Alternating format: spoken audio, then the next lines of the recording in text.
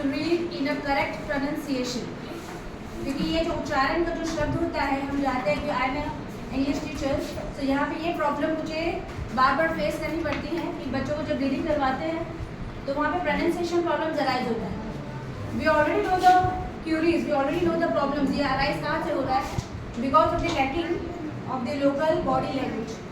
क्योंकि body language है वो वेरीज करता है हर जगह. एक उससे भी प्रोनाउंसिएशन प्रॉब्लम इरेक्ट होता है और दूसरा mother tongue. But according to this जो सेशन हम कर रहे हैं रिलेटेड टू एक्शन रिसर्च, जो आज हमारा टॉपिक है, सर ने बताया है एक्शन प्लान किस तरीके से बनाना है. So according to my problem मेरा जो एक्टिविटी होगा और मेथड होगा, first I will select my method. मेरा जो मेथड होगा वो पहला है, पहले दिन के लिए auditory verbal assessment method. Auditory आप सब लोग जानते हैं कि जो हम लोग बोलते हैं सुनते हैं वो ऑडिटरी है. और इसी के बेस पर मैं एक्टिविटी बच्चों को देना चाहूँगी जो होगा डिक्टेशन टेस्ट. और जैसे कि जो चलन आ रहा है डिक्टेशन टेस्ट, हम लोग जब बच्चे हुआ करते थे हमारे टीचर किया करते थे डिक्टेशन टेस्ट. इसमें हमारा जो वोकैबुलरी पावर जो वर्ड होता है वो बहुत ज़्यादा स्ट्रॉन्ग होता है. लेकिन जैसे जैसे हम अपने सिलेबस को पूरा करने के लिए आगे बढ़ रहे हैं हम डिक्टेशन टेस्ट लेना भूल गए.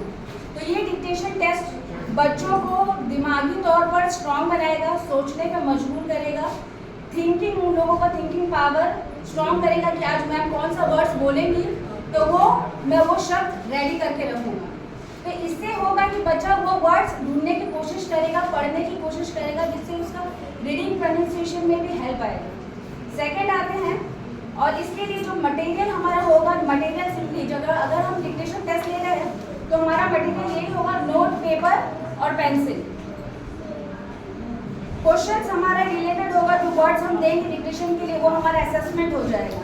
टाइम ड्यूरेशन इसके लिए मेरे पास है 20 मिनट. इस 20 मिनट में 10 मार्क्स का डिक्टेशन वर्ड्स होगा और 10 मार्क्स जिसमें से 5 मिनट जो होगा वो चेकिंग के लिए होगा और 5 मिनट जब हम बच्चों को जब उसे एडजस्ट करते हैं वो 10 मिनट वहाँ पर जाएगा. टोटल मिला के 20 मिनट्स उसमें कंप्लीट हो जाएंगे.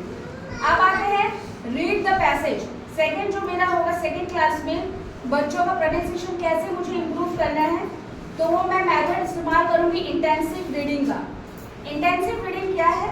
जिसमें बच्चा लगातार पढ़ता है विद दी प्रोनाउंसिएशन, स्लो से पढ़ेगा, फिर वो अपने मोशन में आएगा, स्पीड पकड़ेगा. उससे क्या होगा, बच्चे का जो पढ़ने का जो स्पीड है, गति है, प्रोनाउंसिएशन है, उसमें इम्प्रूवमेंट मिलेगा.